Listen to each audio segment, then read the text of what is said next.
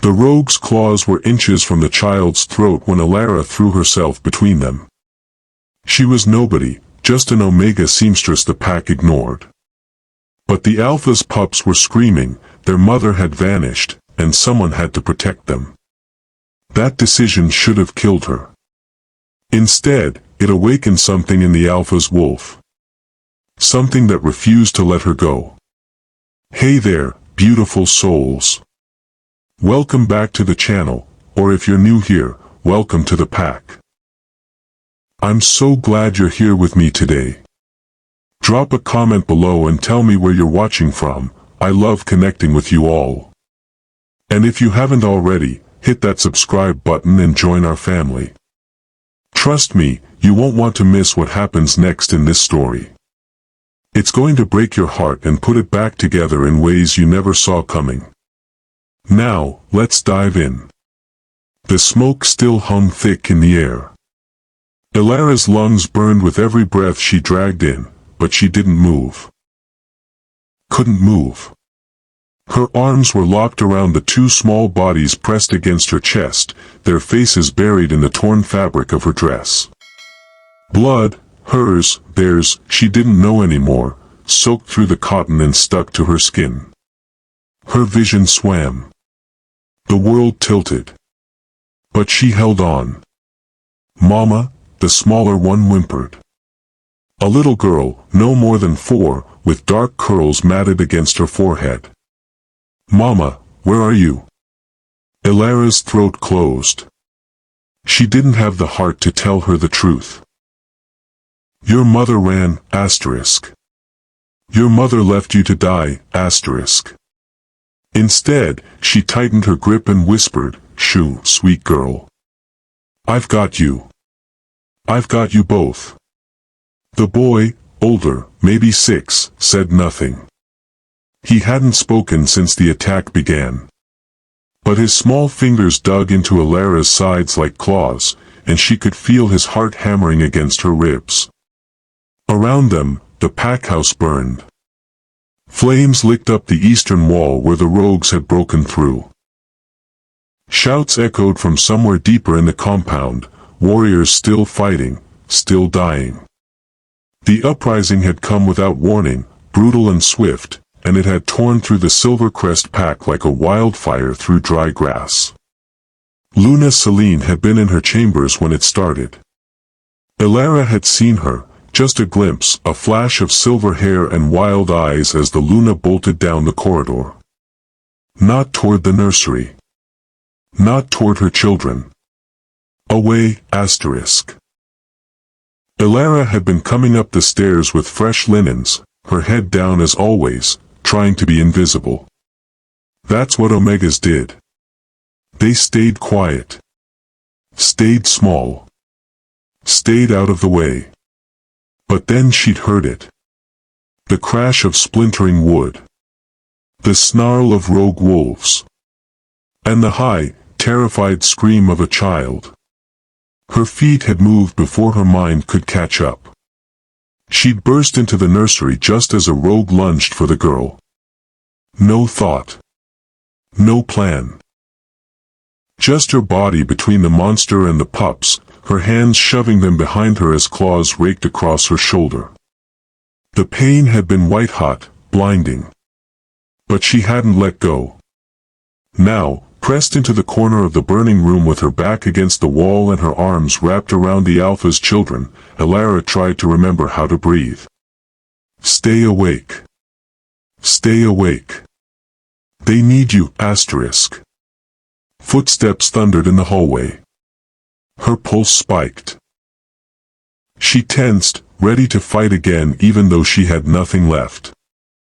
No weapon. No strength.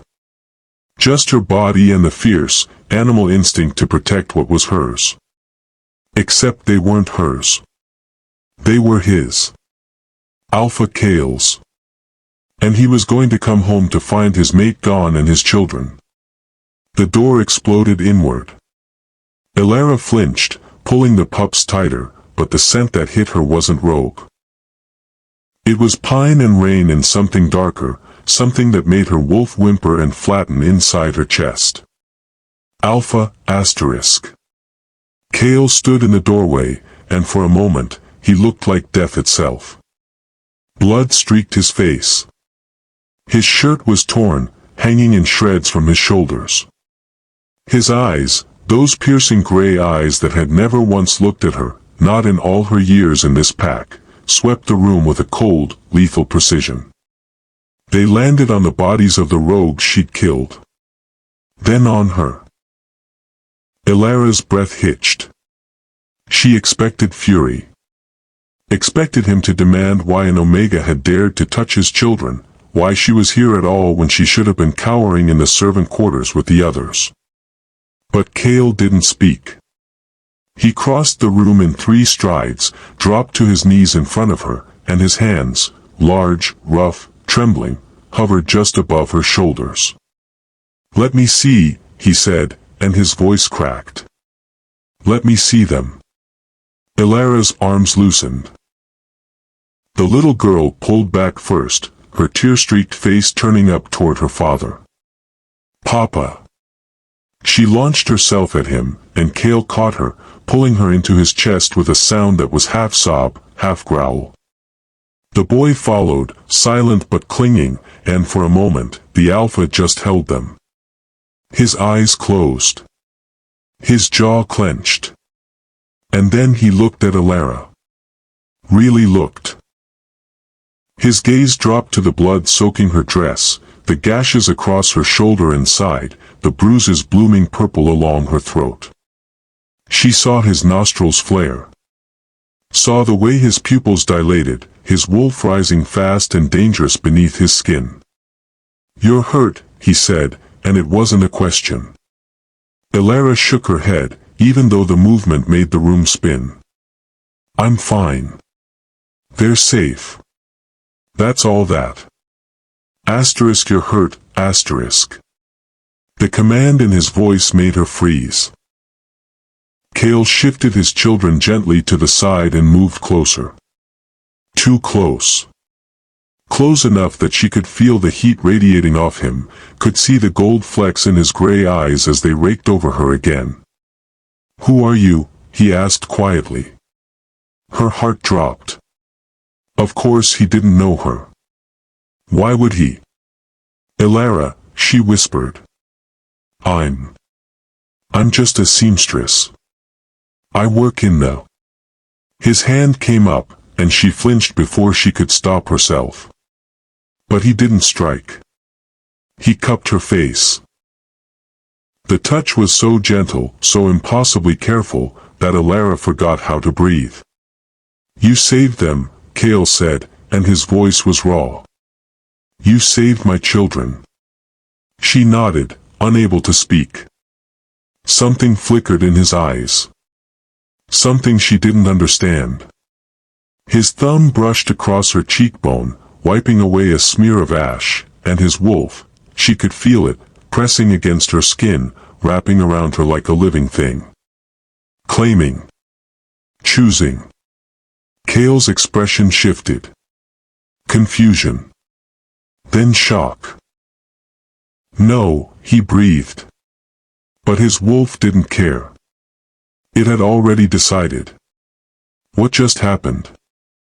Why is the Alpha looking at her like that? And where is Luna Celine, really, ***?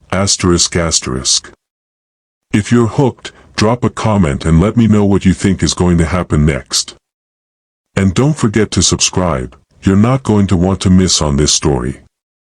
Trust me, ***. The pack healer's quarters smelled like sage and copper. Elara sat on the edge of a cot, her hands folded in her lap, trying very hard not to shake. Around her, the room buzzed with controlled chaos, warriors being stitched up, bones being set, the low murmur of pain and relief mixing together. She didn't belong here. Omegas went to the basement infirmary. The small, dim room with the older supplies and the healer's apprentice who was still learning. Not here. Not in the main hall where the ranked wolves were treated. But Alpha Kael had carried her here himself. Carried her, asterisk. Her cheeks burned at the memory. She'd tried to walk, tried to insist she was fine, but he'd simply scooped her up like she weighed nothing and strode through the smoking ruins of the packhouse with her cradled against his chest. People had stared. Of course they had. Hold still, the healer, a stern woman named Margaret, muttered as she cleaned the gashes on Elara's shoulder. These are deep. You're lucky you didn't lose the arm. Elara winced but didn't pull away. I'm sorry for the trouble. Margaret's hands paused. She looked up, her gray eyes sharp. You saved the Alpha's pups. You don't apologize for that. But Elara had spent her entire life apologizing. For being Omega. For being weak. For existing in spaces she wasn't supposed to occupy. The door opened, and Kael walked in. The room didn't exactly fall silent, but the energy shifted. Conversations dropped to whispers. Eyes turned. He commanded attention without even trying, it was just who he was. Alpha of the Silvercrest Pack. Powerful. Feared. Untouchable. And he was walking straight toward her. Elara's pulse kicked into overdrive. Kael stopped in front of the cot, his gaze dropping to her shoulder where Margaret was wrapping clean bandages. His jaw tightened. How bad? She'll heal, Margaret said. But she needs rest. And food. When's the last time you ate, girl? Elara blinked. This morning, I think. That was 16 hours ago. Margaret's tone was disapproving. She turned to Kael. She's malnourished and exhausted. She needs to be monitored. Kael nodded once, his expression unreadable. She'll stay in the main house. Elara's head snapped up. Alpha, I can't. You can. His voice was quiet but absolute. You saved my children. You'll be cared for. But I'm an Omega, yes. I'm aware. His eyes met hers, and there was something fierce in them. Something that made her wolf stir despite herself. Do you have family in the pack? She shook her head. No, Alpha. They died when I was young. Friends? Anyone who'll miss you in the servant quarters? Another shake. Elara had always been alone. It was easier that way. Safer. Kael's expression softened, just slightly. Then it settled. You'll take one of the guest rooms. Near the nursery. Her heart lurched. The pups. Are they? They're asking for you. The words hit her like a physical blow. Asking for her, asterisk. They won't sleep, Kael continued, and for the first time, she heard exhaustion in his voice. Real, bone-deep weariness. Lily keeps crying for her mother. Finn won't speak. They're terrified, and the only person they want is you. Elara's throat tightened. I'm sure they just need time. Once they realize you're here, that you're safe. They trust asterisk you. Asterisk, Kael crouched down so they were eye level, and the sudden proximity made her breath catch. I don't know why. I don't understand it. But my children feel safe with you, and right now, that's all that matters. She wanted to argue. Wanted to explain that she was nobody, that she couldn't possibly be what they needed. But the look in his eyes stopped her. He wasn't commanding her. He was asking.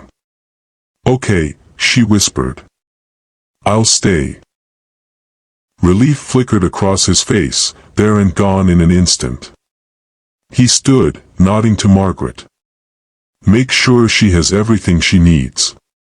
Then he was gone, the door closing behind him with a soft click. Margaret chuckled. Well, that was interesting. Elara's face flamed. He's just being kind. Because of the pups. Hum. Margaret's tone was knowing. Sure he is. The guest room was bigger than the entire space Elara had shared with 3 other Omegas in the servant quarters. She stood in the doorway, clutching the clean dress Margaret had given her, and tried to process the enormity of it. A real bed with thick blankets. A window that wasn't cracked. A private bathroom. It felt like a dream. Or a mistake. Elara? The small voice came from behind her. She turned to find Lily peeking around the corner, her dark curls still messy, her eyes red-rimmed from crying. Elara's heart melted. She crouched down, opening her arms. Hey, sweet girl. What are you doing up? Lily ran to her, burying her face in Elara's shoulder. I was scared. I thought you left. Oh, no. No, I'm right here. Elara stroked her hair gently. I'm not going anywhere. Promise? The word was so small, so fragile, that Elara felt tears prick her eyes. I promise. Footsteps approached, and Kael appeared with Finn in his arms. The boy was awake but silent, his face pressed against his father's chest. Kael's eyes met Elara's over his daughter's head. I told them you were staying. They wanted to see for themselves. Elara managed a smile. I'm here. See? I've got a room right down the hall from you. Lily pulled back, her expression cautiously hopeful. Really? Really? Can we stay with you tonight? The question was barely a whisper. Please. I don't want to go back to our room. It smells like smoke. Elara glanced at Kael, uncertain. He looked torn. Protective instinct warred with something else in his expression, maybe exhaustion, maybe desperation. Finally, he nodded. If Elara doesn't mind. I don't mind, she said quickly. Of course I don't mind. Relief flooded Lily's face. Finn finally lifted his head, his green eyes, so much like his father's, finding Elara's. He didn't speak. But he reached for her. Kael transferred him carefully, and the moment Finn's small body settled against hers, something inside Elara shifted. Locked into place. This is right, her wolf whispered. This is where we're meant to be. She pushed the thought away. Dangerous. Impossible. Thank you, Kael said quietly. For everything. Elara nodded, unable to trust her voice. He hesitated, like he wanted to say more. But instead, he just reached out and brushed his fingers across Lily's cheek. Good night, little moon. Night, Papa. Then his eyes found Elara's one more time, and the intensity in them made her stomach flip. Sleep well, Elara. He left before she could respond. 3 days passed in a strange, suspended reality. The pack buried its dead. Rebuilt what the rogues had destroyed. Whispered about the Luna who'd vanished without a trace. And watched. They watched Elara move through the main house like a ghost trying not to be seen. Watched her with the Alpha's pups, the way Lily clung to her hand and Finn followed her everywhere. Watched the way Alpha Kael's eyes tracked her across rooms, his expression unreadable but intense. The whispers grew teeth. Why is she still here? Asterisk. An Omega in the Alpha's house? Asterisk. What exactly is going on? Asterisk. Elara heard them. Of course she did. She'd been hearing whispers her whole life. But these felt different. Sharper. More dangerous. She was in the kitchen helping with breakfast when Beta Nathan found her. He was a tall man, broad-shouldered and intimidating, with scars that told stories of 100 battles. He'd never spoken to her before. Never even looked at her. Now his gaze was cold. "The Alpha wants to see you." His office. Now. Her stomach dropped. Did I do something wrong? Nathan's expression didn't change. Just go. She wiped her hands on her apron and followed him through the house, her mind racing. Maybe Kael had realized his mistake. Maybe he was sending her back to the servant quarters where she belonged. Maybe that's where she should want to go. So why did the thought make her chest ache? Nathan knocked once and opened the door without waiting for an answer. "She's here." Kael sat behind his desk, and he wasn't alone. 3 other men stood in the room, pack elders, she realized. High-ranking wolves with silver in their hair and judgment in their eyes. "Come in, Elara," Kael said, and his voice was carefully neutral. She stepped inside, keeping her gaze down. Respectful. Submissive. One of the elders, Aaron, she thought his name was, spoke first. "We've been discussing the situation with the Luna." Elara's pulse quickened. "Has there been news?" "No." Aaron's tone was clipped. "Which is precisely the problem.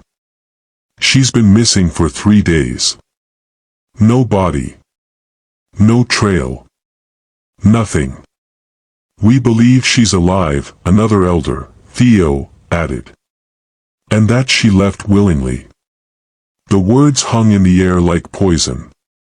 Kael's jaw clenched, but he said nothing. "The pack needs a Luna," Aaron continued. "Especially now. We're vulnerable. The rogues could strike again. We need stability." "I'm aware," Kael said tightly. "Then you understand why we're concerned about this." Aaron's gaze flicked to Elara, dismissive and cold. "An Omega living in the main house. Sleeping near the nursery. People are talking, Alpha." Heat flooded Elara's cheeks. "I'm just helping with the children. That's all." "Is it?" Theo's eyes narrowed. "Because it looks like something else entirely." "Enough." Kael's voice cracked like a whip. He stood, and the elders actually stepped back. "Elara saved my children's lives. She nearly died protecting them. She stays as long as I say she stays." "We're not questioning her bravery," Aaron said carefully. "We're questioning the optics. Your wolf has been unstable since the attack. We've all noticed." Kael's eyes flashed gold. "Dangerous. Watch your next words very carefully." The room temperature dropped. Elara's wolf whimpered, caught between the urge to submit and the strange, fierce need to step between Kael and the threat. "All we're saying," Theo interjected smoothly, "is that the pack needs clarity. If the Luna is truly gone, we need to begin the process of." The door burst open. A warrior, Zach, one of the younger ones, stumbled in, his face pale. "Alpha. You need to come. Now." Kael was around the desk in an instant. "What is it?" "There's someone at the border. She says." Zach swallowed hard. "She says she's your Luna." The world stopped. Elara felt the blood drain from her face. Around her, the elders exchanged sharp glances. Kael went very, very still. "Celine." Zach nodded. "She's demanding entry." "And Alpha," she's not alone. The border was a 15-minute drive from the pack house. It felt like 15 hours. Elara sat in the back of the SUV, pressed against the door, trying to make herself as small as possible. She shouldn't be here. Kael hadn't asked her to come. But when Lily had started screaming, genuine, terrified screaming, the moment she realized her father was leaving, Elara hadn't been able to say no. So now she sat with both pups tucked against her sides, their small bodies trembling, while Kael drove in stone-cold silence. Beta Nathan rode in the passenger seat, his expression grim. "Alpha," he said quietly. "If she's really back." "I know." Kael's hands tightened on the steering wheel. "I know what it means." Elara's stomach churned. She stared out the window at the trees flashing past and tried not to think about what happened next. Tried not to imagine Kael looking at his mate. His real mate, the woman he'd chosen, the Luna he'd built a life with, and remembering why he'd loved her. Tried not to imagine the exact moment when he'd realize he didn't need Elara anymore. "Papa?" Lily's voice was small. "Is Mama really coming back?" Kael's eyes found his daughter's in the rearview mirror. "I don't know yet, little moon. We're going to find out. I don't want her back." The words were fierce, edged with something that sounded like betrayal. "She left us. She left us and Elara saved us and..." "Lily." Kael's tone was gentle but firm. "That's enough." The little girl fell silent, but her hand found Elara's and squeezed tight. Finn said nothing. He hadn't spoken since the attack. But his fingers twisted in the fabric of Elara's dress, holding on like she was the only solid thing in a world that kept shifting beneath him. The SUV pulled to a stop. Ahead, at least 20 warriors stood in formation at the border. Beyond them, just outside pack territory, 3 figures waited. Elara's breath caught. Even from a distance, she could see her. Luna Celine. Tall and elegant with silver blonde hair that caught the late afternoon sun. She wore traveling clothes, practical, expensive, and stood with the kind of confidence that came from a lifetime of being wanted. Next to her stood a man Elara didn't recognize. Dark-haired, handsome in a sharp-edged way, with eyes that assessed everything like a predator calculating odds. And behind them, 3 more warriors. Large. Armed. Not from this pack. Kael got out of the vehicle. His entire body was rigid, his wolf barely contained beneath his skin. Nathan followed, taking a protective position slightly behind and to the left. Elara stayed in the car with the pups, but she could hear everything through the open window. "Kael." Celine's voice was smooth, cultured. She smiled, and it was the kind of smile that didn't reach her eyes. "Thank the goddess. I was so worried I wouldn't make it back in time." "In time for what?" Kael's voice was ice. "In time to explain why you abandoned your children to die." The smile faltered. "I didn't abandon them. I was fleeing for my life, the pack house was under attack. I barely escaped with. You ran in the opposite direction of the nursery." Each word was a blade. "You didn't even hesitate." Celine's expression shifted. Calculated sadness replaced the smile. "I was terrified. I panicked. You can't possibly understand what it was like, the chaos, the fear. I thought the warriors would protect them. I thought. You thought wrong." Kael took a step forward, and the air around him vibrated with barely restrained violence. "They almost died, Celine. If it hadn't been for..." He stopped. His jaw clenched. Celine's gaze sharpened. If it hadn't been for who? I heard rumors on my way back. Whispers about an Omega playing house with my family. The way she said Omega, like it was something dirty, something less than, made Elara's wolf snarl inside her chest. Her name is Elara, Kael said quietly. And she has more honor in one finger than you've shown in 6 years of being Luna. Celine's eyes narrowed. Careful, Kael. You're angry. I understand that. But let's not say things we can't take back. Where have you been? With Eli. She gestured to the dark-haired man beside her. He's the alpha of the Shadow Ridge pack. He offered me sanctuary when I fled. Protection while I recovered from the trauma. Kael's gaze shifted to Eli. Protection. Is that what we're calling it? Eli smiled, and it was all teeth. Your mate was in distress. I did what any decent alpha would do. My mate, Kael repeated slowly, who left her children to die while she ran into the arms of another alpha. I didn't. Celine's composure cracked, just for a second.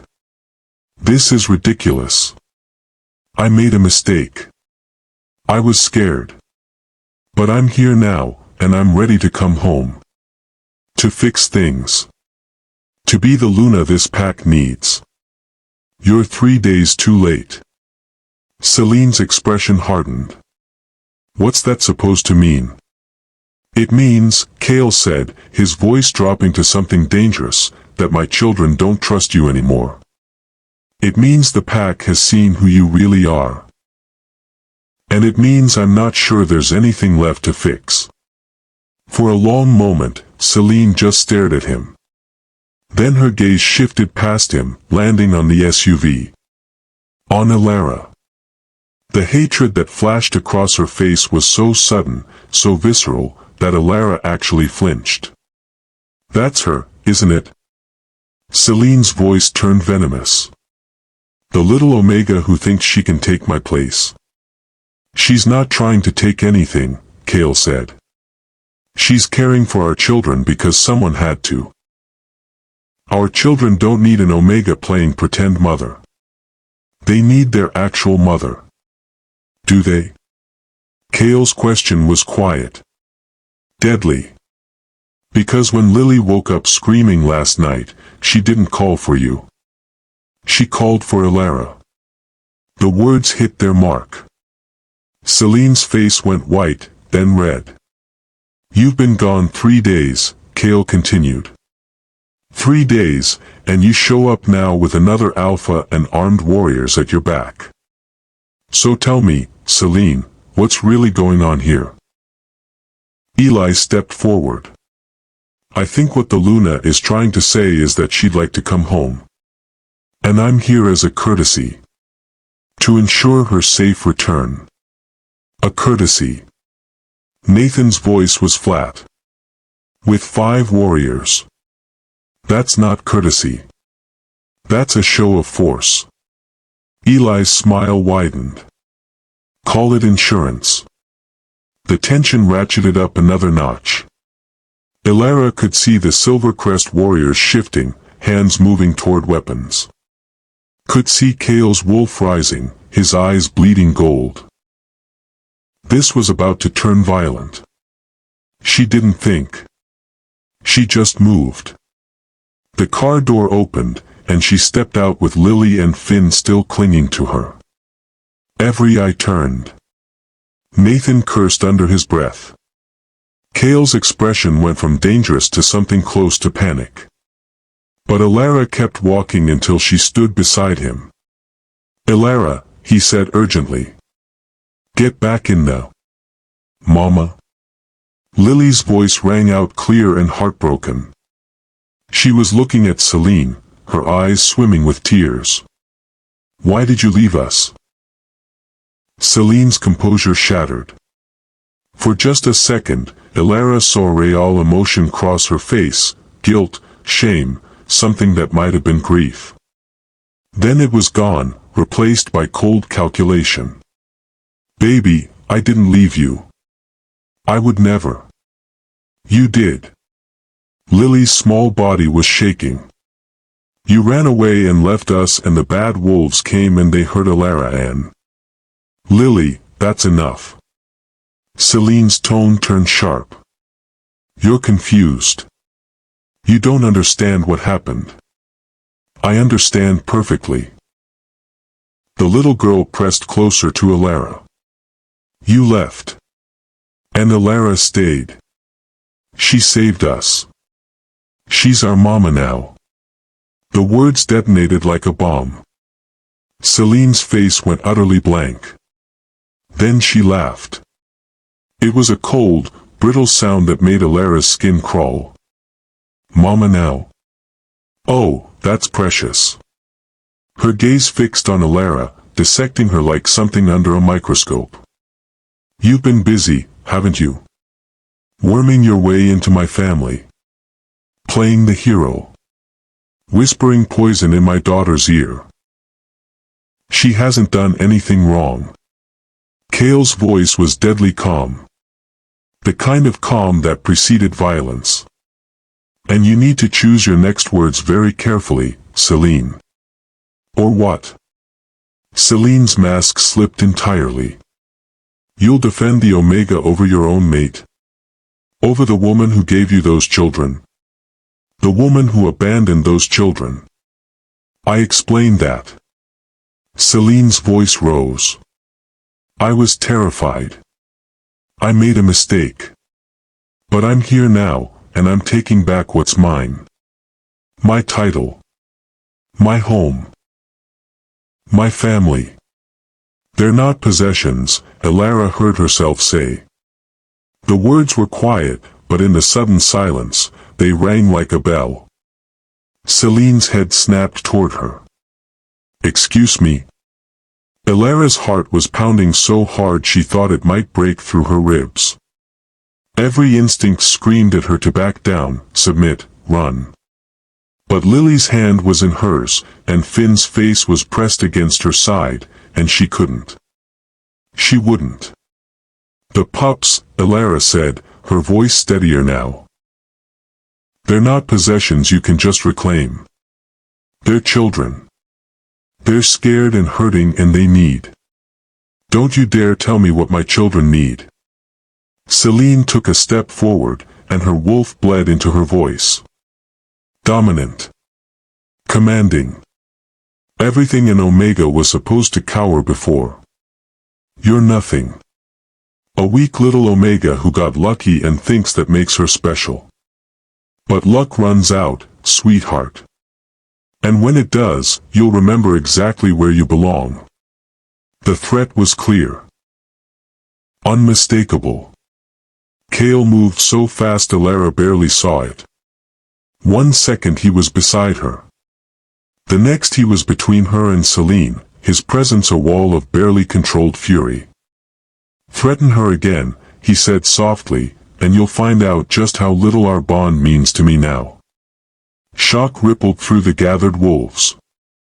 Even Eli looked surprised. Celine's face cycled through disbelief, hurt, and finally rage. You can't be serious. She's an Omega.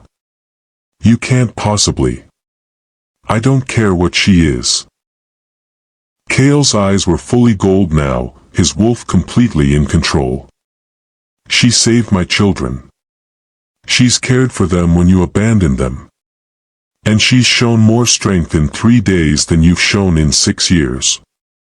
You're choosing her over me? The question hung in the air. Kael's jaw worked. I'm choosing my children. And right now, they choose her. Celine's expression twisted into something ugly. Then you're an even bigger fool than I thought. She turned to Eli, and something passed between them. A look. A signal. Eli smiled. Well, he said pleasantly, this has been illuminating. But I think it's time we discuss the real reason we're here. Nathan's hand moved to his weapon. And what reason is that? A challenge.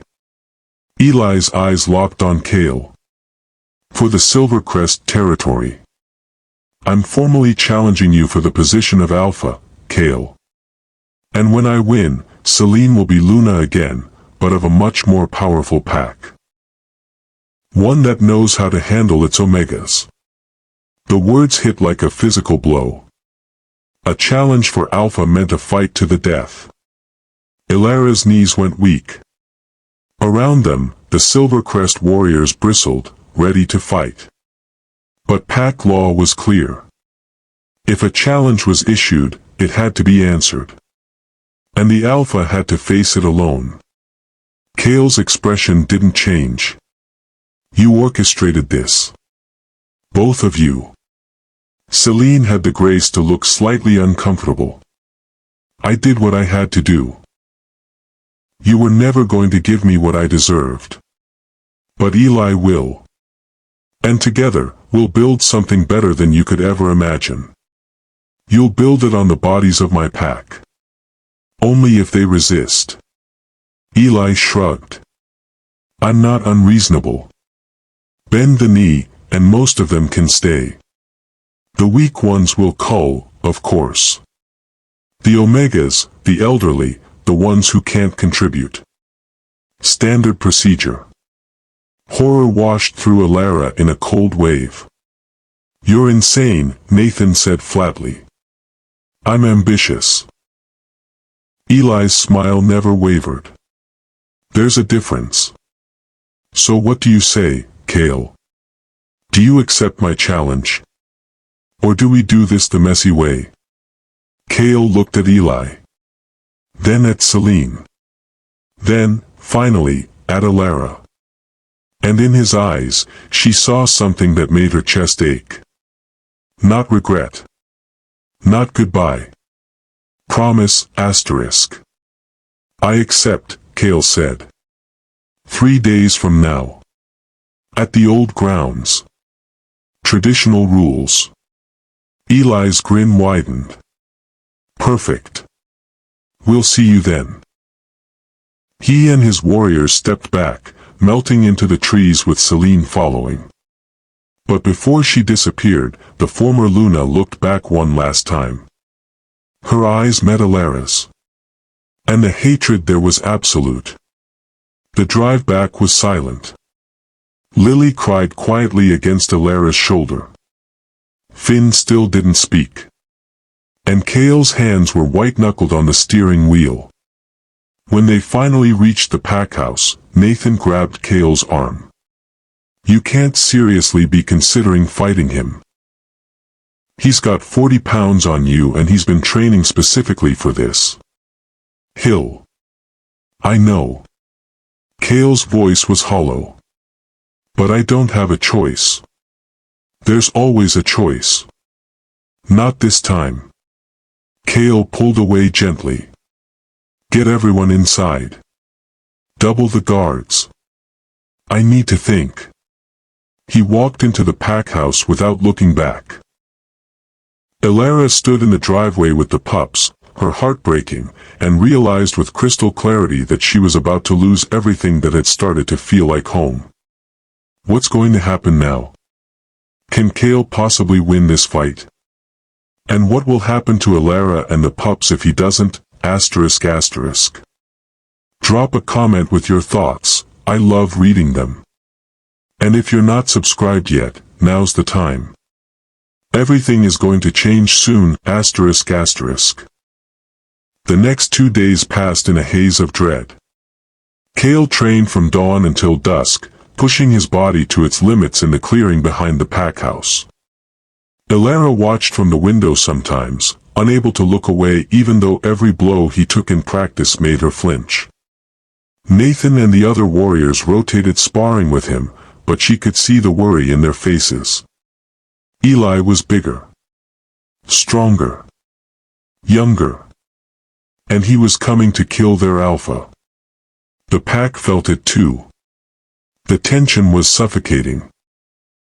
Wolves moved through the pack house like ghosts, speaking in whispers, jumping at shadows. Everyone knew what happened if Kael lost. Eli would take over, and his first act would be to cull the weak. Starting with the Omegas. Elara tried to keep things normal for the pups. She read them stories, helped them with their lessons, held them when they cried. But Lily kept asking questions she didn't know how to answer, and Finn's silence had become something deeper, darker. Something that scared her. On the second night, she was tucking them into bed when Lily grabbed her hand. "Elara?" The little girl's voice was small.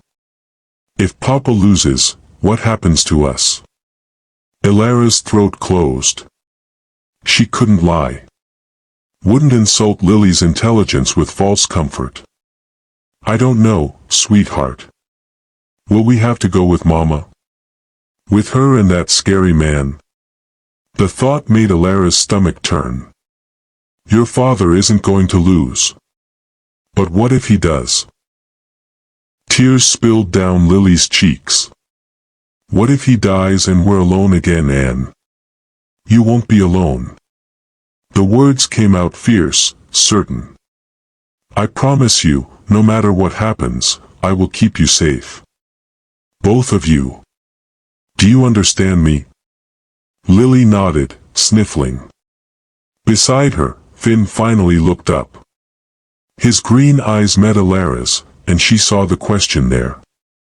"Can you really protect us?" She wished she knew the answer. After the pups finally fell asleep, Elara stood in the hallway, trying to breathe through the panic clawing at her chest.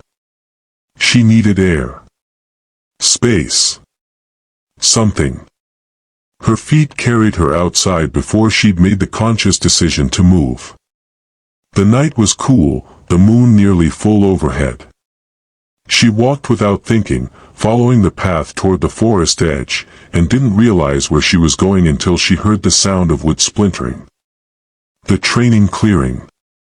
She should turn back. Should give him privacy. But something drew her forward, and she found herself standing at the edge of the trees, watching. Kael was alone. He'd set up a training dummy, thick wood wrapped in leather, and he was destroying it. Each punch landed with brutal precision, with a force that spoke of desperation more than technique. Sweat poured down his bare chest. His knuckles were split and bleeding. He was magnificent. And he was terrified. Elara could see it in the set of his shoulders, in the way his movements were just slightly too wild, too aggressive. He was trying to beat the fear out of himself, and it wasn't working. "You should wrap those hands." He spun, his eyes flashing gold before recognition hit. His whole body sagged slightly. "Elara. What are you doing out here? I could ask you the same thing. It's past midnight. Can't sleep." He turned back to the dummy, landing another devastating blow. "Figured I might as well be useful. You're going to break your hands before the fight even starts. Maybe that's the point." The bitterness in his voice made her move without thinking. She crossed the clearing and caught his wrist before he could throw another punch. "Stop." Kael looked down at her hand on his arm, then up at her face. In the moonlight, his eyes were shadowed, haunted. "I can't stop. If I stop, I think too much. About the fight? About what happens if I lose?" He pulled away gently, running his uninjured hand through his hair. "Eli will take the territory. He'll kill anyone who resists. And he'll..." He stopped, his jaw clenching. "He'll what?" Elara pressed. Kael's eyes found hers, and the raw emotion there stole her breath. "He'll take you. Along with all the other Omegas." Celine was very clear about that. "Any Omega who doesn't submit immediately will be removed. And you." His voice cracked. "You saved my children. You stood up to her. You made me question everything I thought I knew about strength and courage and what actually matters. She hates you, Elara. If I lose, she'll make sure you suffer." The words hung between them, terrible and true. "Then don't lose," Elara said simply. Kael laughed, but there was no humor in it. "That's your solution? Just win?" "Yes." She stepped closer. "You're stronger than you think. Faster. Smarter. And you have something he doesn't." "What's that?" "Something worth fighting for." Her hand found his, the bloody one, and she held it gently. "Eli is fighting for power. For territory. For his ego. But you're fighting for your children. For your pack. For everyone who depends on you. That makes you dangerous in ways he can't understand." Kael stared at her like she'd just revealed some fundamental truth of the universe. "How do you do that?" he asked quietly. "Do what?" "Make me believe I might actually survive this." Elara's heart clenched. Before she could second-guess herself, she lifted his hand and pressed her lips to his bloodied knuckles. "Gentle. Reverent. Because you will survive," she whispered against his skin. "You have to. Those children need their father. The pack needs its alpha. What about you?" The question was barely audible. "What do you need?" "You asterisk," her wolf screamed. "We need you." But she couldn't say that. Couldn't cross that line. "I need you to win," she said instead. "That's all." Kael's free hand came up, cupping her face with a gentleness that seemed impossible from someone so powerful. His thumb traced her cheekbone, and she felt the tremble in his fingers. "If something happens to me tomorrow," he said, "there's money. Hidden in my office, behind the bookshelf. Nathan knows about it. Take it. Take the pups. Run as far and as fast as you can. Kael. Promise me." His grip tightened slightly. "Promise me you'll protect them. That you won't let her take them." Tears burned Elara's eyes. "I promise. But you're going to be fine. You're going to win, and we're going to." He kissed her. It wasn't gentle. It wasn't careful. It was desperate and fierce and tasted like blood and fear and something that felt dangerously close to goodbye. Elara's mind went blank.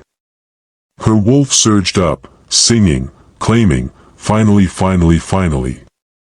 Then Kael pulled back, breathing hard, his forehead pressed against hers. "I'm sorry," he rasped. "I shouldn't have." "Don't." She gripped his shirt, holding him in place. "Don't you dare apologize." "Elara, I can't, we can't." "I know." The words hurt coming out. "I know you're still bonded to her. I know this is impossible. But right now, in this moment, I don't care. If you need me, I'm here." Something broke in his expression. He pulled her close, burying his face in her hair, and she felt him shake. The Alpha. The powerful, untouchable leader of the Silvercrest pack. Breaking apart in her arms. "I don't want to die," he whispered. "I don't want to leave them." "Leave you? Then don't." She held him tighter. "Fight like hell tomorrow. And come back to us." They stood there in the moonlight, wrapped around each other, until finally Kael's breathing steadied. When he pulled back, his eyes were clear. Determined. "I will," he said. "I swear to you, Elara. I will come back." The morning of the challenge dawned gray and cold. Elara dressed in silence, her hands shaking so badly she could barely button her dress. In the room next door, she could hear Margaret helping Kael prepare, checking his injuries, wrapping his ribs, murmuring last-minute advice. Lily and Finn clung to her when she went to wake them. "I don't want Papa to go," Lily sobbed. "Please don't let him go. He has to, baby." Elara stroked her hair, fighting her own tears. "But he's strong. And he's going to win. You have to believe that." Finn finally spoke, his voice rusty from disuse. "What if he doesn't?" The question was a knife to the gut. "Then we run," Elara said honestly. "Just like he told me to. And we don't stop until you're both safe." Finn nodded slowly, processing. "Then, will you stay with us? Even if Papa's gone?" "Yes." The word was absolute. Always. The old grounds were a clearing deep in Pack territory, ringed by ancient trees and marked with stones that dated back generations. It was where challenges had been settled for over a century, where blood had been spilled and alphas had risen and fallen. By the time Elara arrived with the pups, it was already packed. The entire Silvercrest pack had gathered, along with Eli and his warriors. Celine stood at Eli's side, dressed in expensive clothes that seemed calculated to remind everyone what they were losing. Her eyes found Elara immediately, and the hatred there was visceral. Nathan appeared at Elara's elbow. "You shouldn't have brought them," they insisted. Elara kept her voice low. "How is he?" "Focused. As ready as he can be." Nathan's expression was grim. "But Eli is a brutal fighter. No honor. No mercy. This is going to get ugly." Before Elara could respond, a howl rose from the north side of the clearing. Kael emerged from the trees. He was shirtless, his skin marked with old scars and new bruises from training. His eyes were pure gold, his wolf fully present, fully in control. He moved with the predatory grace of a born alpha, every step radiating lethal intent. The pack responded immediately. Howls of support echoed through the clearing. Warriors beat their fists against their chests. Even the Omegas, usually silent, raised their voices. Kael's gaze swept the crowd and found Elara. For one heartbeat, the world narrowed to just the two of them. She mouthed, "Come back to me." His eyes flashed brighter. Then Eli stepped into the circle, and the spell broke. "Well," the challenger said with that infuriating smile. "Shall we begin?" The pack elder, Aaron, stepped forward to officiate. His expression was somber. "This is a formal challenge for the alpha position of Silvercrest Pack. The fight continues until one submits or dies. Shifter form only. No weapons. No interference." His gaze swept the crowd. "Any wolf who breaks these rules will be executed immediately. Do both parties understand?" "Yes," Kael said. "Crystal clear," Eli replied. "Then begin." The first shift happened in seconds. Kael's wolf was massive, silver-gray with those same piercing gold eyes, built for speed and intelligence. Beautiful. Deadly. Eli's wolf was bigger. Nearly black, with a scarred muzzle and cold amber eyes that spoke of dozens of kills. He outweighed Kael by at least 50 pounds, all of it pure muscle. They circled each other, growling low. Then Eli attacked. He moved like lightning, his jaws snapping toward Kael's throat.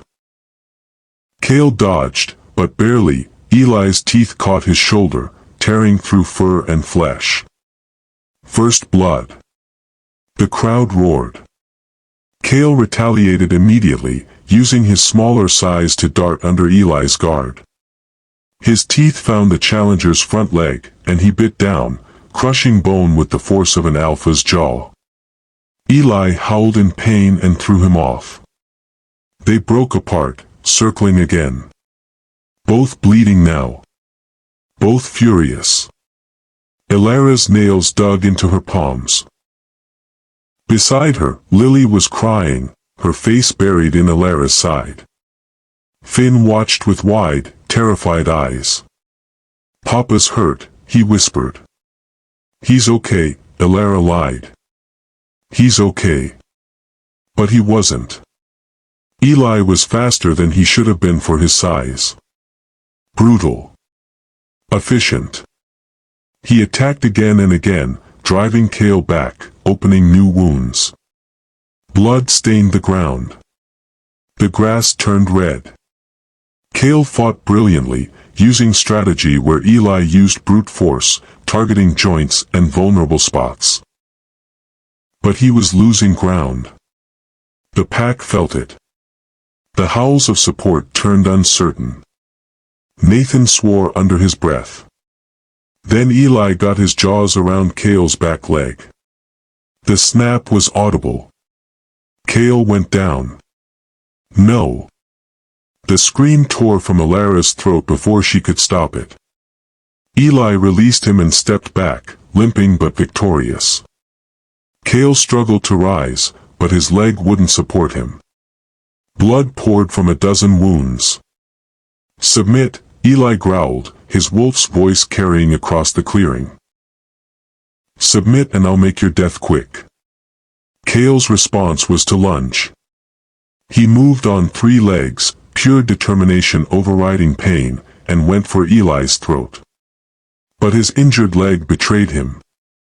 He was too slow. Eli sidestepped and slammed him to the ground. The challenger's jaws closed around Kael's neck. Not biting. Not yet. But the threat was clear. "One more move and you're dead, asterisk." The clearing went silent. Elara felt her heart stop. Felt her wolf screaming, thrashing, desperate to help. But pack law was absolute. If she interfered, they'd both die. Eli's eyes found hers across the distance. And he smiled. Then something impossible happened. A howl rose from the south, young, fierce, full of rage. Finn.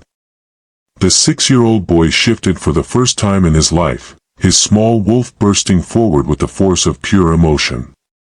He launched himself at Eli with a child's fearlessness and an alpha's fury. "Finn, no!" Elara screamed. But it was too late. Finn's small body collided with Eli's massive one, his tiny teeth snapping at the challenger's face. It should have been nothing, a mosquito bite to a wolf that size. But it was enough. The distraction lasted maybe 2 seconds. But in a fight between alphas, 2 seconds was everything. Kael twisted. His jaws found purchase. And he ripped Eli's throat out in one savage motion. Blood exploded across the clearing. Eli's wolf staggered, made a horrible gurgling sound, and collapsed. Dead before he hit the ground. The silence was absolute. Then Nathan's voice rose in a howl of victory, and the entire pack joined him. The sound was deafening, triumphant, full of relief and disbelief and joy. Kael shifted back to human form, bleeding and broken but alive.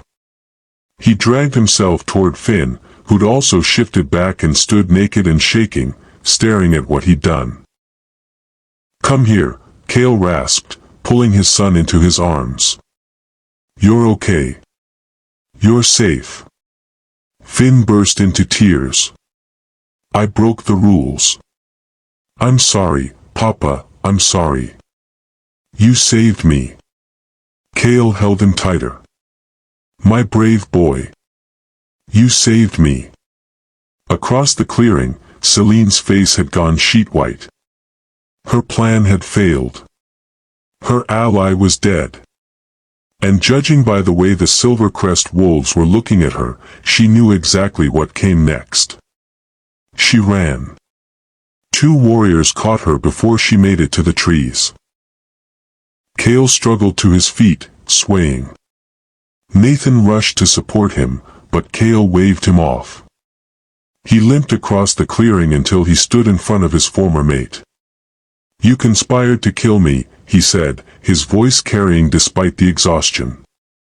"You abandoned our children. You betrayed your pack." He paused. "The sentence is exile. You have 1 hour to leave Silvercrest territory. If you're ever seen here again, the sentence becomes death. Do you understand?" Celine's face twisted with rage. "You're making a mistake. That Omega will never." "Get her out of my sight," Kael ordered. The warriors dragged her away, her screams fading into the forest. Then Kael's legs gave out. He would have hit the ground, but Elara was already there, catching him, taking his weight. "I've got you," she whispered. "I've got you." Kael looked up at her, his eyes fading from gold back to gray, and smiled. "I came back," he said. "Just like I promised." Then he passed out in her arms. "We're almost at the end, but trust me, it's going to be worth the wait. Subscribe if you haven't already, ***. Kael woke to the scent of lavender and warmth. For a moment, he couldn't place where he was. His body ached everywhere, a deep, bone-level pain that told him he'd pushed himself past his limits. But the bed was soft, the room was quiet, and someone was holding his hand. He opened his eyes. Elara sat beside his bed, her head tilted back against the chair, asleep. Her hand was wrapped around his, her thumb unconsciously stroking his knuckles. In the dim light filtering through the curtains, she looked exhausted, dark circles under her eyes, her hair falling loose from its braid. Beautiful. The thought came unbidden, but he didn't push it away. Not anymore. You're staring. Her eyes opened, and a smile tugged at her lips even though she didn't lift her head. How long have you been awake? Kael's voice was rough, his throat dry. Long enough to know you were watching me sleep like a creep. But her tone was teasing, gentle. She sat up, reaching for a glass of water on the nightstand. Here. Margaret said you'd be thirsty. He drank gratefully, the cool liquid soothing his throat. How long was I out? 2 days. Kael's eyes widened. 2, the pups. Are they? They're fine. Perfect, actually. Elara's smile grew. Lily's been checking on you every hour. And Finn. Her expression softened. Finn has been talking non-stop since the challenge. Margaret thinks the trauma of shifting for the first time broke through whatever was holding him back. He won't stop asking questions about everything. Relief flooded through him. He spoke. Really spoke. Really spoke. Complete sentences. Opinions. The works. She laughed quietly. He asked me yesterday if wolves can eat ice cream or if it would make them sick. Then he asked if you were going to marry me. The words hung in the air. Kael's heart stuttered. What did you tell him? Elara's cheeks flushed pink. She looked down at their joined hands. I told him that was up to his father. And that sometimes grown-ups needed time to figure things out. Elara. You don't have to say anything. She started to pull her hand back, but he held on. I know nothing's changed. You're still bonded to Celine, and even with her gone, the pack will expect you to choose someone appropriate. Someone strong. Someone. You. The word was firm. Absolute. I choose you. She froze. Kael, you're still recovering. You're not thinking clearly. I've never been more clear in my life. He struggled to sit up, ignoring the screaming protest from his ribs. The moment Eli had his jaws around my throat, you know what I thought. Not about winning. Not about the pack. I thought about you. About never getting to tell you the truth. What truth? Her voice was barely a whisper. That my wolf chose you the moment I saw you wrapped around my children. That every day since, I've been fighting what I feel because I thought it was wrong. Impossible. But watching you with Lily and Finn, seeing your courage, your strength. He cupped her face with his free hand. You're not weak, Elara. You're the strongest person I've ever known. And I don't want to waste another second pretending I don't love you.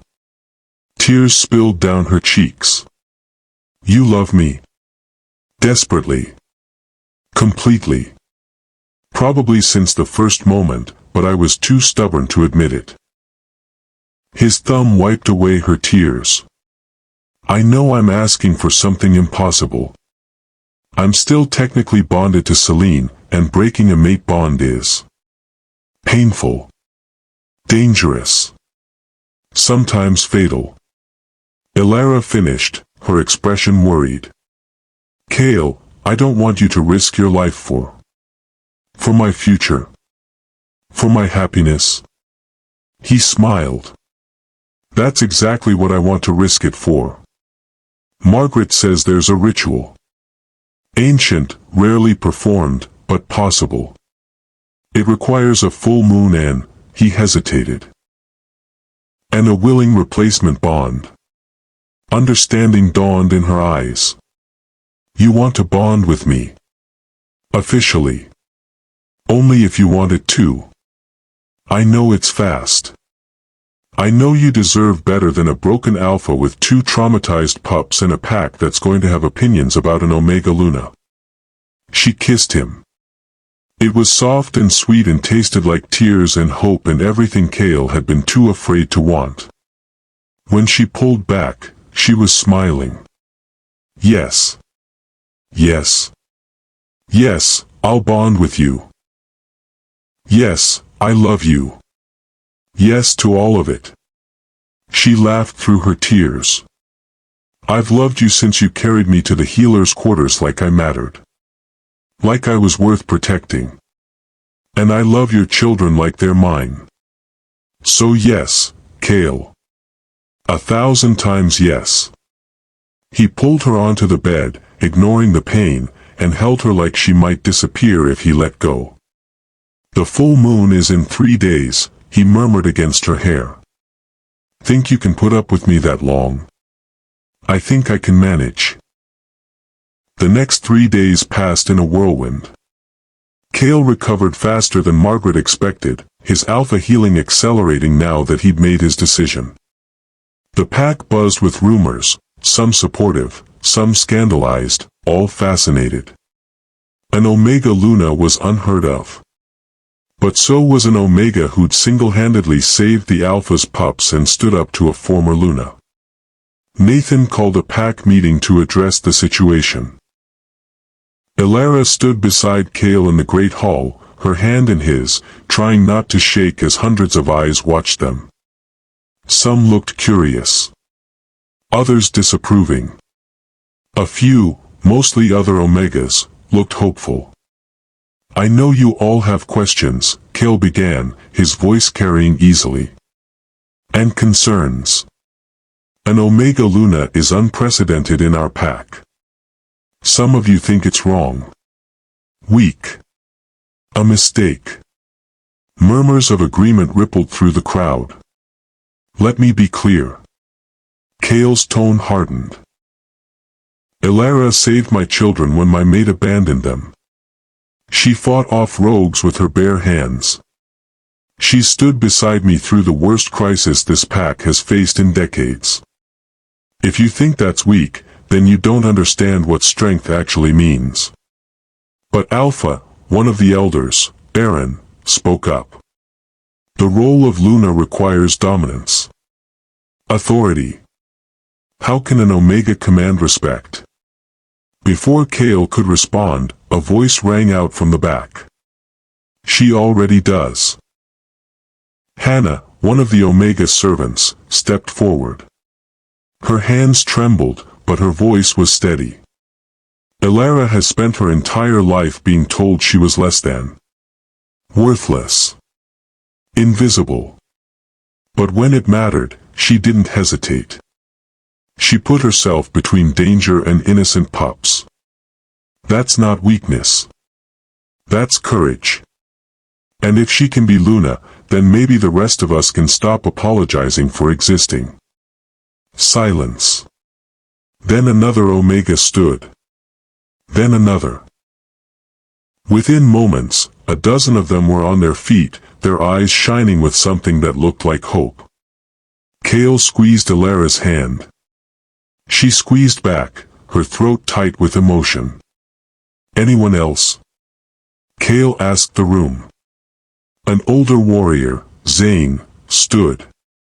I've got concerns. Not about her strength, saw that myself during the attack. But about the pups. They need stability. They've been through hell. You sure about this, Alpha? Sure this isn't just gratitude or... It's not gratitude. Kael's voice was firm. It's love. And my children feel the same way. Finn and Lily have made it very clear that Elara is their mother now. Anyone who has a problem with that can take it up with me personally. The threat in his tone was unmistakable. Slowly, warriors began to stand. Then mid-ranked wolves. Then, finally, even some of the elders. Not all of them. Aaron remained seated, his expression troubled, but enough. Enough to make it work. The bonding ceremony will take place tomorrow night, Kael announced. Anyone who wishes to witness is welcome. Anyone who doesn't can stay home. But make no mistake, Elara will be your Luna. And you will show her the respect that position deserves. The full moon rose over Silvercrest territory like a silver coin. The sacred bonding grounds were deep in the forest, in a clearing marked with ancient runes carved into stone. Margaret had prepared everything according to the old rituals.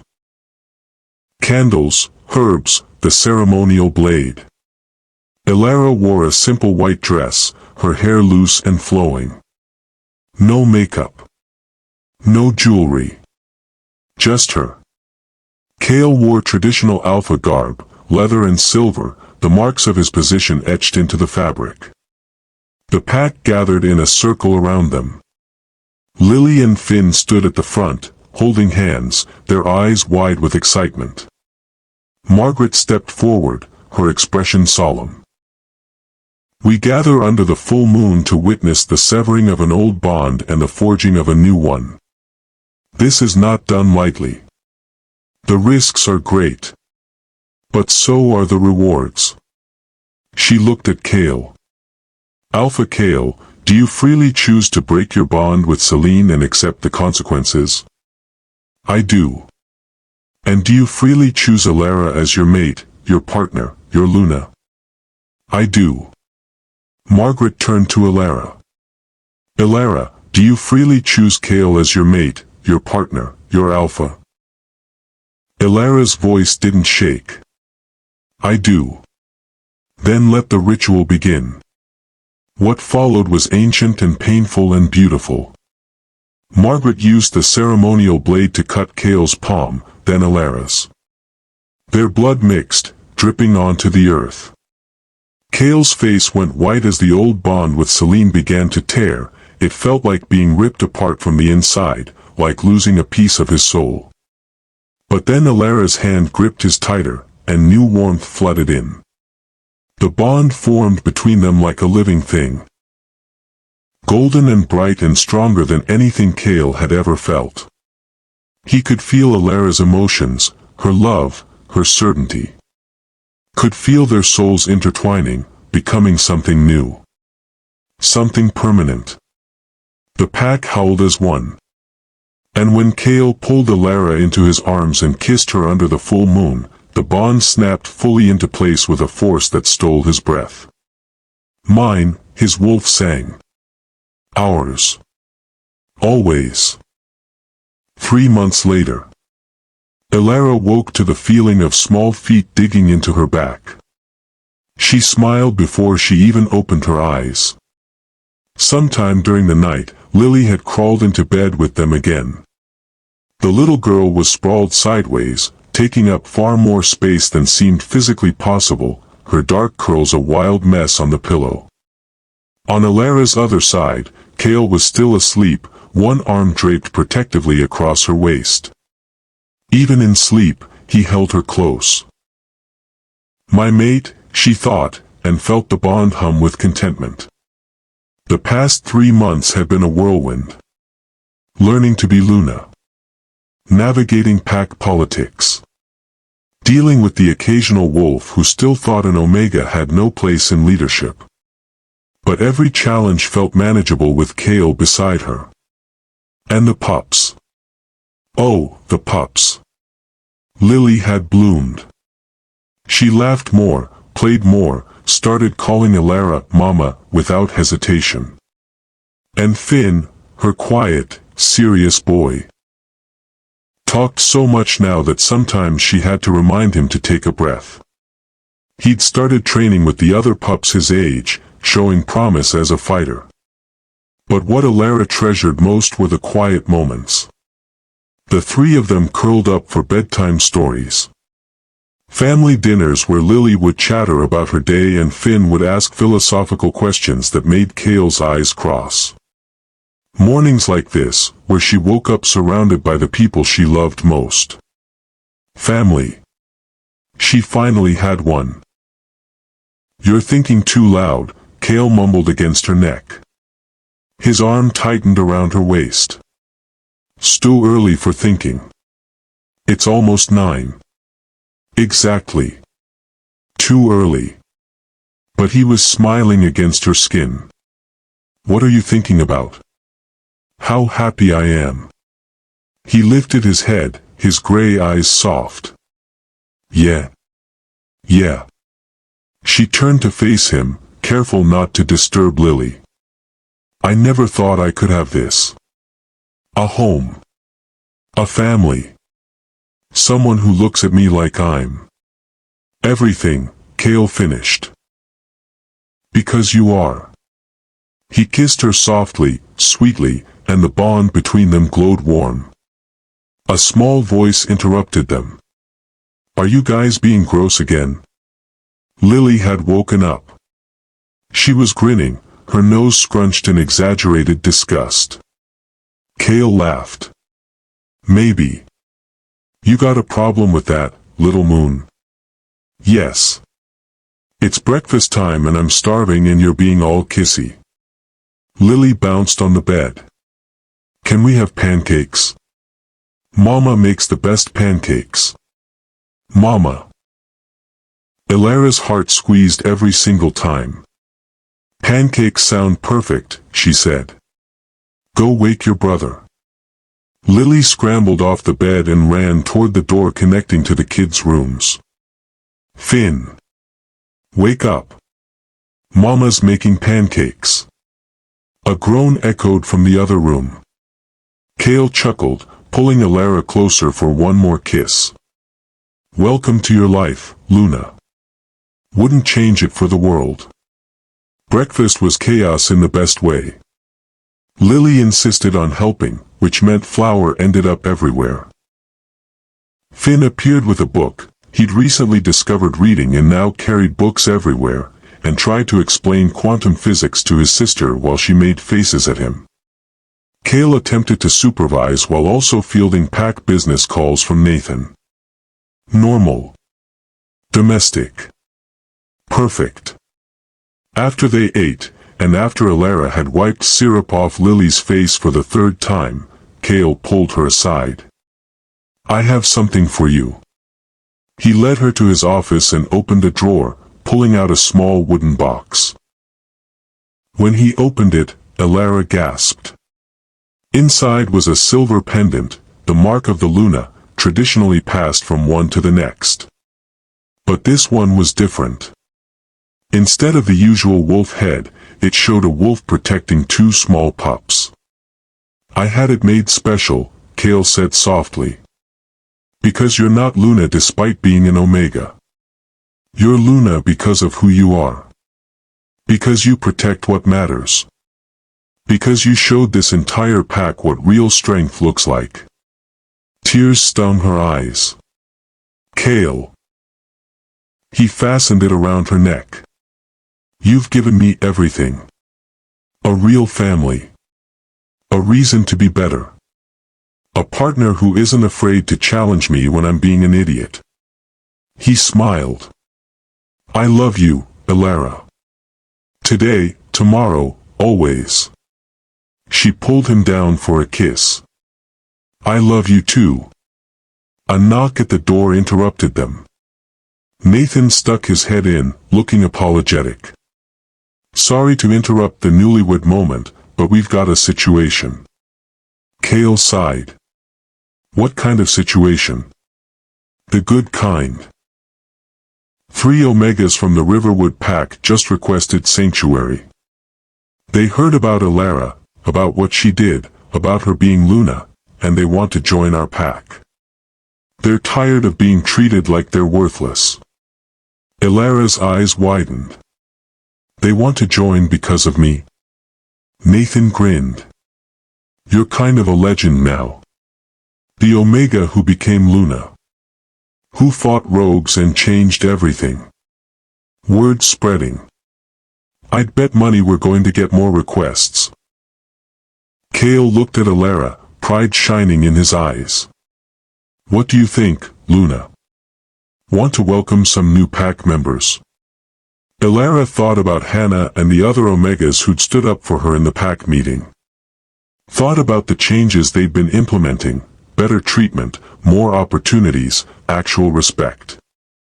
Thought about what it would have meant to her younger self to know that being Omega didn't mean being invisible. Yes, she said firmly.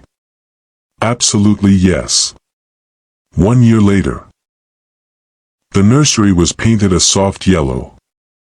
Elara stood in the doorway, one hand on her very swollen belly, watching Kael assemble the third crib.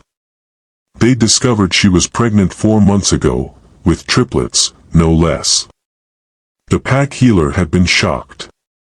Multiple births were rare enough, but triplets were almost unheard of. Margaret said it was because of the strength of their bond. Kael said it was because they were both overachievers. Elara just said it was terrifying and wonderful in equal measure. This one's wobbly, Lily announced. She sat cross-legged on the floor, supervising her father's work with all the seriousness of a tiny foreman. You need to tighten that screw more.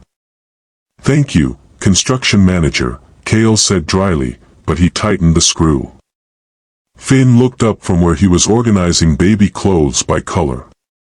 Mama, are you sure you should be standing? Margaret said you need to rest. I'm fine, sweetheart. Just watching. That's what you said yesterday before you reorganized the entire pantry and Papa had to carry you to bed. Elara's cheeks flushed. That was different. Kael snorted. She's nesting. It's adorable and exhausting. I'm creating an organized environment for our children, Elara corrected. That's responsible parenting. Aha. But Kael was smiling as he stood, crossing to her. His hand settled on her belly, and she felt the baby's kick in response. His eyes softened. How are my little warriors? Active. Very active. She leaned into him. I think they're practicing for the world's most chaotic entrance. They're your children. Chaos is guaranteed. Our children. Right. Our perfectly behaved, calm, definitely not going to give us gray-haired children. Lily giggled. Papa, you already have gray hair. That's from you too, he shot back, but he was grinning. A howl rose from outside, the signal that someone was approaching the border. Nathan's voice echoed through the mind link. Alpha, you're going to want to see this. Kael's expression grew serious. Stay here. I'll be right back. But something in the bond felt wrong. Not dangerous. Just significant. I'm coming with you, Elara said. Elara. I'm pregnant, not broken. And I'm your Luna. If something's happening, I should be there. He knew better than to argue. They made their way to the border together, slowly, because Elara couldn't move fast anymore. With the pups trailing behind. What they found made Elara's breath catch. At least 50 Omegas stood at the border. Men, women, young and old. All of them looking hopeful and terrified. At the front stood a young woman who couldn't have been more than 20.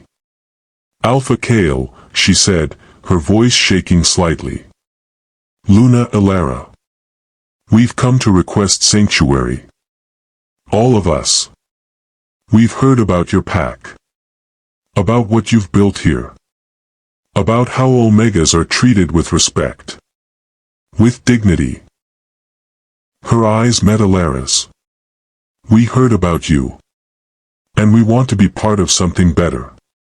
Elara felt tears prick her eyes. She looked at Kael, who was staring at the crowd with something like awe. You did this, he murmured through the bond. You changed everything. We did this, she corrected. Kael turned to the waiting Omegas, his voice carrying. You're welcome here. All of you. Silvercrest Pack doesn't turn away those seeking safety. Seeking family. Nathan will help you get settled. And tomorrow, we'll begin the formal integration process. The relief that washed over the group was palpable.